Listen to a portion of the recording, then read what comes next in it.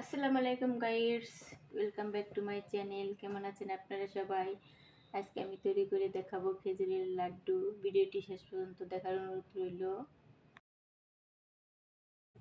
তো আপনারা দেখতেই পাচ্ছেন এখানে আমি এক বাটি খেজুর নিয়ে নিয়েছি, এগুলো আমি ধুয়ে পরিষ্কার করে নিয়েছি। আর একটি বাটিতে এখানে আমি এক বাটি দুধ নিয়েছি। এখানে আমি খেজুরগুলোকে ভালোভাবে বিচি ছাড়িয়ে পরিষ্কার করে নিয়েছি। এখন খেজুরের মধ্যে দুধগুলো আমি ঢেলে নিচ্ছি। এখানে আমি 2 টেবিল পরিমাণ চিনি দিয়ে নিচ্ছি। খেজুরে মিষ্টি থাকে তাই চিনিটা একটু কম করে দিতে হবে।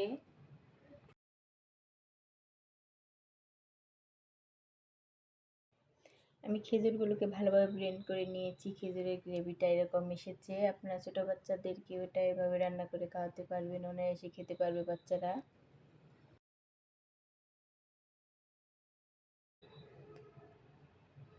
এখন আমি একটা বাটিতে এইগুলো ঢেলে নিচ্ছি। আপনারা চাইলে এগুলো একবারে সরাসরি প্যানেও ঢেলে নিতে পারেন।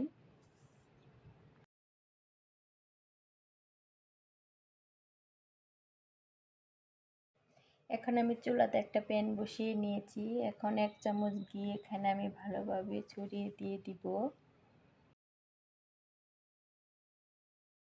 এখন আমি ব্লেন্ড করা খেজুরের পেস্টগুলোকে এখানে ঢেলে দিব।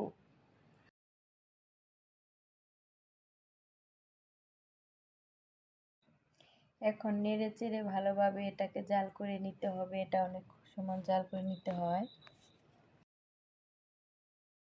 আপনারা দেখতেই পাচ্ছেন গাইস, খেজুরগুলোর কালার এখানে কত সুন্দর এসেছে।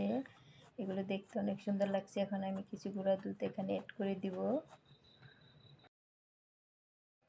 আপনারা গুঁড়া দুধের পরিবর্তে এখানে কর্নফ্লাওয়ার দিতে পারেন, আবার কর্নফ্লাওয়ার গুঁড়া দুধ একত্রে মিশিয়েও এখানে দিতে পারেন। আমি কর্নফ্লাওয়ারটা দিচ্ছি না।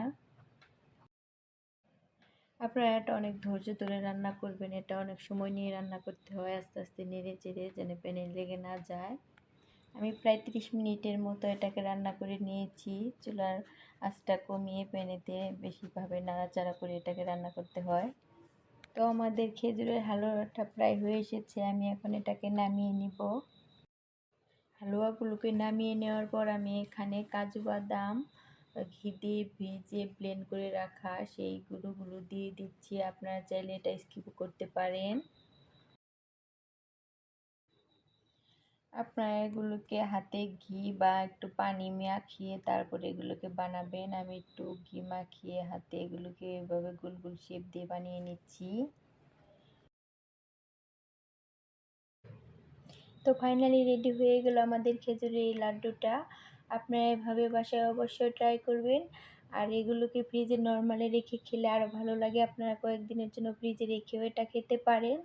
আর আমাদের এরকম নিত্য নতুন রেসিপি পাওয়ার জন্য আমাদের চ্যানেলটাকে অবশ্যই সাবস্ক্রাইব করে রাখবেন। ধন্যবাদ। আল্লাহ হাফেজ।